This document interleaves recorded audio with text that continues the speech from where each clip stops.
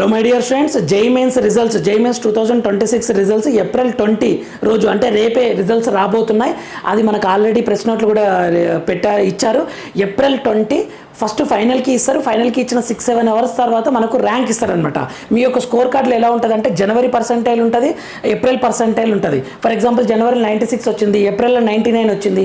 ఈ రెండింటిలో బెస్ట్ ఏంటి 99 కదా, అలా బెస్ట్ పర్సెంటైల్ కూడా ఇస్తారు. దాని బేస్డ్ మీకు ర్యాంక్ ఇస్తారనమాట. ర్యాంక్స్ వచ్చేసి మీకు 2 ర్యాంకులు ఉంటాయి.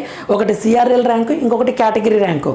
ఒక ఎస్సీ స్టూడెంట్ ఉన్నాడు అనుకోండి, ఆ ఎస్సీ స్టూడెంట్కి సిఆర్ఎల్ ర్యాంక్ ఉంటుంది అండ్ కేటగిరీ ర్యాంక్ ఉంటుంది.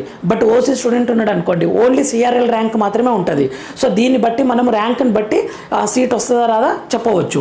సో ఇక్కడ నేను ఒక వీడియో చేశాను, ఇక్కడ వెరీ క్లియర్గా మనకు మీకు వచ్చిన rank CRL category rank, CRL ర్యాంక్ని బట్టి జోసా అండ్ సిశాబ్లా ఎన్ఐటి, ట్రిపుల్ జిఎఫ్టీల ఏ మీకు సీట్ వస్తుందా రాదా, మీకు వచ్చిన ర్యాంక్. ఫర్ ఎగ్జాంపుల్ చూడండి, ఓపెన్ స్టూడెంట్కి సిఆర్ఎల్ ర్యాంక్ 70,000 ఉందనుకోండి, ఖచ్చితంగా ఏదో ఒక ఎన్ఐటి, ట్రిపుల్ ఐటీలో ఏదో ఒక సీట్, కంప్యూటర్ సైన్స్ అని కాదు, ఏదో ఒక సీట్ వచ్చే అవకాశం ఉంటుంది.